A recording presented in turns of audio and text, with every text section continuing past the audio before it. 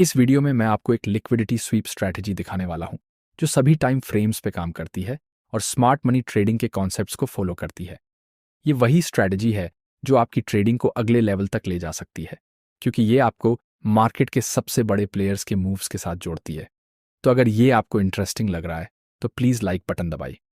साथ ही मेरे चैनल को सब्सक्राइब करें और नोटिफिकेशन बेल ऑन करें ताकि जब भी हम नई वीडियो अपलोड करें आपको अपडेट मिले। अब इस वीडियो में आप सीखेंगे कि मार्केट मेकर्स आपको कैसे फंसाते हैं। आप उनकी स्ट्रैटेजीज को समझेंगे और जानेंगे कि इन ट्रैप्स से कैसे बचा जाए। आप मार्केट मेकर मॉडल को समझेंगे, वे कैसे काम करते हैं और उनके मूव्स को पहले से कैसे पहचाना जाए।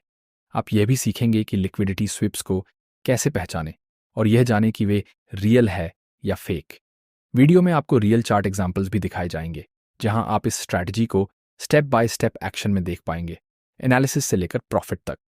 ये स्ट्रैटेजी स्कैल्पिंग, डे ट्रेडिंग और स्विंग ट्रेडिंग के लिए सभी तरह की ट्रेडिंग में काम करती है।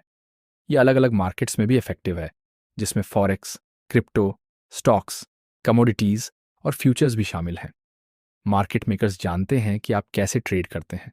वे उन पैटर्न्स को समझते हैं जिन पर आप भरोसा करते हैं, और डबल टॉप इसका एक बेहतरीन उदाहरण है। जब प्राइस किसी रेसिस्टेंस लेवल को 2 बार हिट करता है, ऊपर नहीं जा पाता और रिवर्स होने लगता है, तो आपको लगता है कि ये एक क्लियर सेल सिग्नल है। आप शॉर्ट पोजीशन एंटर करते हैं और अपना स्टॉप लॉस रेसिस्टेंस के ऊपर रखते हैं। लेकिन असल में क्या हो रहा है? मार्केट मेकर्स जानबूझकर रेसिस्टेंस लेवल को कुछ देर तक होल्डर रखते हैं ताकि आप जैसे ट्रेडर्स अट्रैक्ट हो सके। वे जानते हैं कि आपके स्टॉप लॉसेस कहाँ क्लस्टर हो रहे हैं, ठीक डबल टॉप के ऊपर। जब इनफ ट्रेडर्स एंटर कर लेते हैं तो अचानक प्राइस ऊपर जंप करता है और रेसिस्टेंस को तोड़ देता है। ये कोई असली ब्रेकआउट नहीं है, ये एक लिक्विडिटी स्वीप है। मार्केट मेकर्स स्टॉप लॉसेस को ट्रिगर करते हैं ताकि उन्हें अपने खुद के सेल ऑर्डर्स को हायर प्राइस पर फील करने के लिए लिक्विडिटी मिले। एक बार जब वे लिक्विडिटी इकट्ठा कर लेते हैं तो प्राइस अचानक रिवर्स होता है और उसी दिशा में गिरता है जिसका आपने पहले अनुमान लगाया था, लेकिन अब आप ट्रेड से बाहर हो चुके होते हैं और देखते रह जाते हैं। डबल बॉटम भी एक ऐसा पैटर्न है जिस पर ज्यादातर रिटेल ट्रेडर्स भरोसा करते हैं। ये ऐसा लगता है जैसे प्राइस के बाउंस होने के लिए एक स्ट्रॉन्ग सपोर्ट मिल गया हो। जब प्राइस किसी सपोर्ट लेवल को 2 बार टेस्ट करता है तो आपको लगता है कि ये एक अच्छा मौका है बाय ऑर्डर प्लेस करने का। आप एक लॉन्ग ट्रेड एंटर करते हैं और अपना स्टॉप लॉस सपोर्ट लेवल के नीचे रखते हैं, यह सोचकर कि यह सेफ रहेगा। लेकिन असलियत कुछ और होती है। मार्केट मेकर्स जानते हैं कि यह पैटर्न रिटेल ट्रेडर्स के बीच बहुत पॉपुलर है। वे सपोर्ट लेवल को बस उतनी देर तक होल्ड रखते हैं जब तक कि इनफ बायर्स अट्रैक्ट ना हो जाए और स्टॉप लॉसेस डबल बॉटम के नीचे क्लस्टर ना हो जाए। सही समय आने पर प्राइस सपोर्ट से नीचे गिरता है, आपका स्टॉप लॉस ट्रिगर होता है और पैनिक सेलिंग शुरू हो जाती है। लेकिन यह असली ब्रेकआउट नहीं है। मार्केट मेकर्स आपके स्टॉप लॉसेस से बनी लिक्विडिटी का इस्तेमाल डिस्काउंट प्राइस पर बाई करने के लिए करते हैं।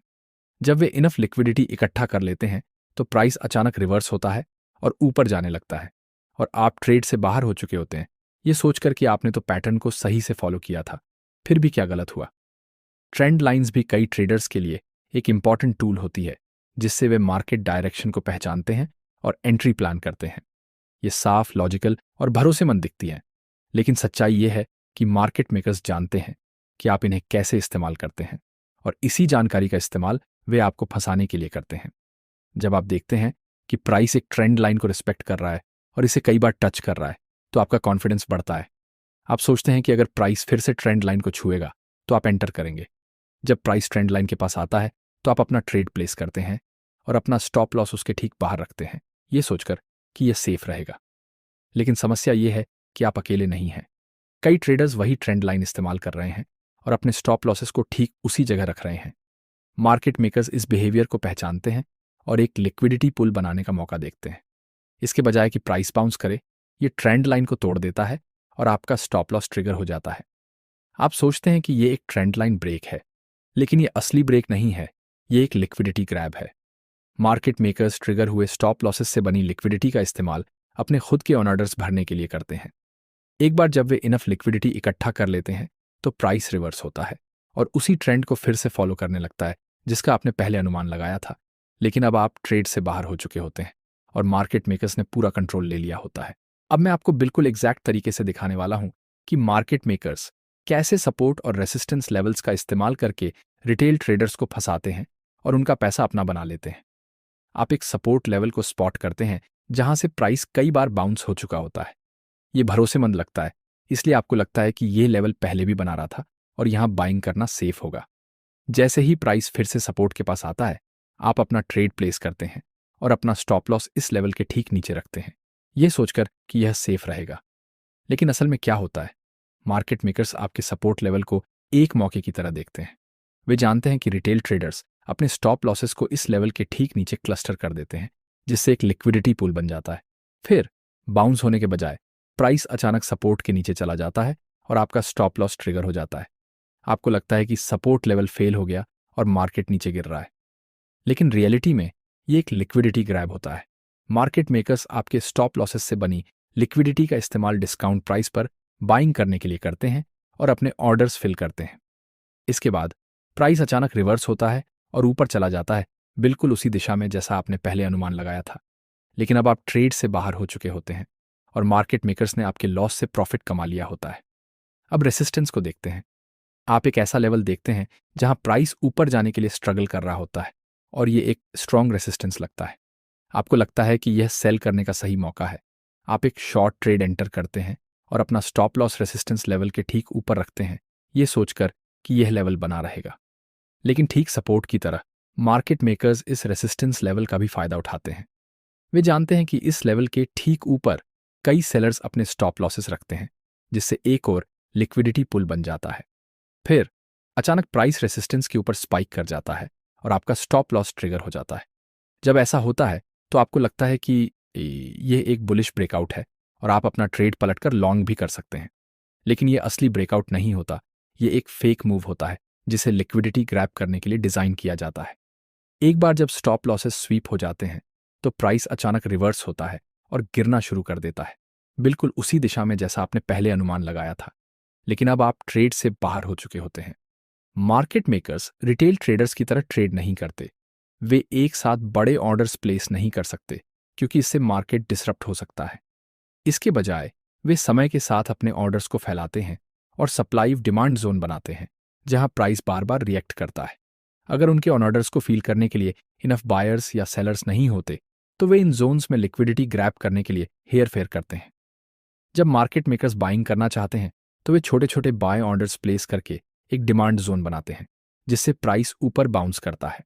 अगर उन्हें ज्यादा सेलर्स की जरूरत होती है तो वे कुछ समय के लिए प्राइस को जोन से नीचे धकेल देते हैं। इससे वहां बाइंग किए हुए ट्रेडर्स के स्टॉप लॉसेस ट्रिगर होते हैं और नए सेलर्स अट्रैक्ट होते हैं, जिससे उन्हें लिक्विडिटी मिलती है। एक बार जब उनके ऑन ऑर्डर्स फील हो जाते हैं तो प्राइस फिर से ऊपर चला जाता है। जब मार्केट मेकर्स सेलिंग करना चाहते हैं तो वे धीरे धीरे अपने सेल ऑन ऑर्डर्स प्लेस करके एक सप्लाई जोन बनाते हैं, जिससे प्राइस गिरने लगता है। अगर उन्हें ज्यादा बायर्स की जरूरत होती है तो वे कुछ समय के लिए प्राइस को जोन से ऊपर धकेल देते हैं। इससे वहां सेलिंग किए हुए ट्रेडर्स के स्टॉप लॉसेस ट्रिगर होते हैं और नए बायर्स अट्रैक्ट होते हैं, जिससे उन्हें लिक्विडिटी मिलती है। एक बार जब उनके ऑन ऑर्डर्स फील हो जाते हैं तो प्राइस तेजी से नीचे गिरता है। तो हमारी स्ट्रैटेजी दो मेन एलिमेंट्स पर बेस्ड है, सप्लाई और demand zone and liquidity sweeps. हालांकि इस सेटअप को ट्रेड करने से पहले यह कंफर्म करना जरूरी है कि जिस सप्लाई या डिमांड जोन पर आप ध्यान दे रहे हैं वह सच में मार्केट मेकर्स द्वारा बनाया गया है। यही फर्क हाई प्रोबेबिलिटी सेटअप्स को कम भरोसेमंद सेटअप्स से अलग करता है। सालों के एक्सपीरियंस के बाद मैंने कुछ प्रूव्ड क्राइटेरिया डेवलप किए हैं, जिनकी मदद से यह बिल्कुल एग्जैक्ट तरीके से पहचाना जा सकता है कि मार्केट मेकर्स कहां ऑपरेट कर रहे हैं। अब इन्हें स्टेप बाय स्टेप समझते हैं। मूव का कैंडल साइज। आपको यह देखना होगा कि क्या बड़े और बोल्ड कैंडल्स लगातार एक ही दिशा में जा रहे हैं। ये बड़े इंस्टीट्यूट के सिग्नल होते हैं जो साफ इंडिकेशन देते हैं कि मार्केट मेकर्स एक्टिव हैं। जोन की फ्रेशनेस। यहां एक गोल्डन रूल है, सिर्फ उन्हीं जोन्स पर फोकस करें जो पहले कभी टेस्ट नहीं हुए हैं। किसी जोन का पहला टेस्ट सबसे इफेक्टिव होता है और सक्सेस की सबसे ज्यादा पॉसिबिलिटी देता है। Breakout of structure. आपको उन मूव्स पर ध्यान देना चाहिए जो इंपॉर्टेंट लेवल्स जैसे कि पिछले हाई या लो को तोड़ते हैं। जब ये स्ट्रॉन्ग मोमेंटम के साथ होता है तो ये एक क्लियर सिग्नल होता है कि मार्केट मेकर्स एक्शन में हैं। Risk to reward ratio. यह समझने की जरूरत है कि आपको केवल उन्हीं जोन्स में ट्रेड करना चाहिए जहां कम से कम 3 गुना रिस्क टू रिवॉर्ड रेशियो मिले। अब जब आप एक क्वालिटी सप्लाई या डिमांड जोन के लिए जरूरी क्राइटेरिया समझ चुके हैं तो ट्रेड सेटअप की ओर बढ़ते हैं। पहला स्टेप है डिमांड जोन को स्पॉट करना। ये जोन्स इसलिए बनते हैं क्योंकि बड़े इंस्टीट्यूट जैसे बैंक और हेज फंड अपनी पूरी पोजीशन को एक साथ नहीं खरीद सकते। अगर वे ऐसा करें तो मार्केट में बड़ा बाउंस आ जाएगा और कीमतें बहुत ज़्यादा बढ़ जाएंगी। इसके बजाय वे धीरे धीरे खरीदारी करते हैं, जिससे एक ऐसा जोन बनता है जहां से प्राइस बार बार बाउंस करता है। इस स्ट्रैटेजी में सबसे इंपॉर्टेंट मूवमेंट होती है लिक्विडिटी स्वीप। जब प्राइस डिमांड जोन से नीचे गिरता है तो उन ट्रेडर्स के स्टॉप लॉस ट्रिगर हो जाते हैं जिन्होंने बहुत जल्दी एंट्री ले ली थी। यह प्रोसेस उस लिक्विडिटी को प्रोड्यूस करती है जिसकी बड़े इंस्टीट्यूटों को अपनी बाकी की बाइंग पूरी करने के लिए ज़रूरत होती है। लिक्विडिटी स्वीप के बाद अक्सर प्राइस वापस डिमांड जोन के अंदर क्लोज होता है। यह इस बात का क्लियर सिग्नल होता है कि इंस्टीट्यूट मार्केट को ऊपर धकेलने के लिए तैयार है। ये स्ट्रैटेजी सभी टाइम फ्रेम्स पर काम करती है, लेकिन इसमें सही टॉप डाउन एनालिसिस की ज़रूरत होती है। अगर आप 5 मिनट या 15 मिनट के चार्ट पर ट्रेड कर रहे हैं तो आपका हायर टाइम फ्रेम 1 घंटे का चार्ट होगा। अगर आप 1 घंटे के चार्ट पर ट्रेड कर रहे हैं तो आपका higher time frame daily chart होगा। 4 घंटे के चार्ट के लिए वीकली चार्ट को हायर टाइम फ्रेम के रूप में इस्तेमाल करें, और अगर आप डेली चार्ट पर ट्रेड कर रहे हैं तो आपका higher time frame monthly chart होगा। एक बार जब आप अपने ट्रेडिंग टाइम फ्रेम पर एक ट्रेड स्पॉट कर लें तो हायर टाइम फ्रेम पर स्विच करें ताकि ये कंफर्म किया जा सके कि आपका ट्रेड प्लान मार्केट की बड़ी दिशा से मेल खाता है। अब चलिए एक रियल चार्ट उदाहरण देखते हैं। 15 मिनट के चार्ट पर आप एक क्लियर सप्लाई जोन बनते हुए देखते हैं। ये जोन इसलिए बना क्योंकि बड़े इंस्टीट्यूट धीरे धीरे सेल ऑर्डर्स प्लेस कर रहे थे, जिससे इस एरिया से प्राइस तेजी से नीचे गिर गई। अब ये कंफर्म करते हैं कि सप्लाई जोन सभी जरूरी क्राइटेरिया को पूरा करता है या नहीं। ये स्टेप ये तय करने में मदद करता है कि जोन वैलिड है और ट्रेडिंग के लायक है या नहीं। मूव का कैंडल साइज। सप्लाई जोन से गिरावट में कैंडल्स को देखें, वे बड़े और एक सेम साइज के हैं। ये दिखाता है कि इस मूव में इंस्टीट्यूट एक्टिवली शामिल थे। Candle size strong institutional activity को कंफर्म करता है। जोन की फ्रेशनेस। अब यह देखें कि क्या यह जोन पहले टेस्ट किया गया है। ये क्लियर है कि सप्लाई जोन फ्रेश और अनटच है, जिसका मतलब है कि इंस्टीट्यूट अभी तक इस लेवल पर वापस नहीं आए हैं। जोन की फ्रेशनेस इसे बेहद भरोसेमंद बनाती है। Breakout of structure. Market structure को देखें। सप्लाई जोन से गिरावट ने 15 मिनट के चार्ट पर एक इंपॉर्टेंट पिछले लो को तोड़ दिया है।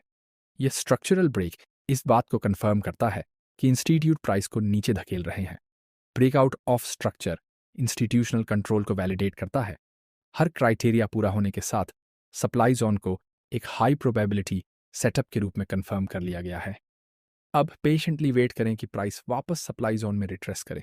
जैसे जैसे प्राइस सप्लाई जोन के करीब आती है, लिक्विडिटी स्वीप के सिग्नलों पर ध्यान दें, क्योंकि यह एंट्री का सबसे इंपॉर्टेंट सिग्नल है। जब प्राइस सप्लाई जोन में रिट्रेस करता है तो एक इंपॉर्टेंट घटना घटती है। ये थोड़े समय के लिए जोन से ऊपर ब्रेक करता है, लेकिन फिर वापस जोन के अंदर क्लोज होता है। यही लिक्विडिटी स्वीप कहलाता है, और ये ट्रेड के लिए एक नेसेसरी सिग्नल है। इंस्टीट्यूट जानबूझकर प्राइस को जोन से ऊपर धकेलते हैं ताकि जल्दी सेल पोजीशन ओपन करने वालों के स्टॉप लॉस ट्रिगर हो जाएं और उन बायर्स को फंसाया जा सके जो सोचते हैं कि मार्केट अब ऊपर की ओर ब्रेकआउट कर रहा है। इस प्रोसेस से उन्हें अपनी बची हुई सेल ऑर्डर्स को भरने के लिए ज़रूरी लिक्विडिटी मिल जाती है। जैसे ही प्राइस लिक्विडिटी स्वीप के बाद सप्लाई जोन के अंदर क्लोज होता है, ये इंडिकेशन देता है कि इंस्टीट्यूट्स ने अपनी लिक्विडिटी इकट्ठा कर ली है और अब वे मार्केट को नीचे धकेलने के लिए तैयार हैं। यही वह मूवमेंट है जब आपको ट्रेड में एंट्री लेनी चाहिए। आप अपना सेल ऑर्डर उसी कैंडल पर प्लेस करते हैं जो लिक्विडिटी स्वीप के बाद सप्लाई जोन के अंदर क्लोज हुआ हो। इससे यह कंफर्म होता है कि आप इंस्टीट्यूशंस के साथ एंट्री ले रहे हैं। अपना स्टॉप लॉस लिक्विडिटी स्वीप के हाई के ठीक ऊपर सेट करें। यह आपको किसी भी अनइंटेंशनल मूव से बचाता है, जबकि आपका रिस्क मिनिमम रहता है। फिर अपने टारगेट को 15 मिनट के चार्ट पर अगले डिमांड जोन पर सेट करें। यही वह लेवल है जहां से प्राइस के बाउंस करने की सबसे अधिक पॉसिबिलिटी होती है।